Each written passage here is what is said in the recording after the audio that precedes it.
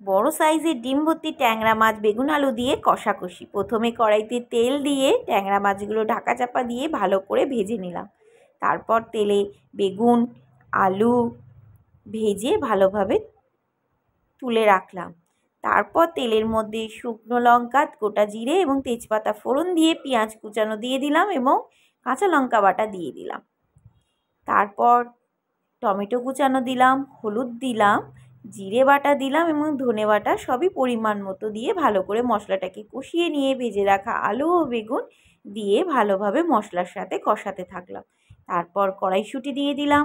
কড়াইশুঁটি দিয়ে বেগুন আলুটাকে ভালো করে কষিয়ে নিয়ে তার মধ্যে অল্প পরিমাণে কাশ্মীরি লঙ্কার গুঁড়ো দিয়ে পরিমাণ মতো অল্প করে জল দিলাম এবং নুনও দিয়ে দিলাম।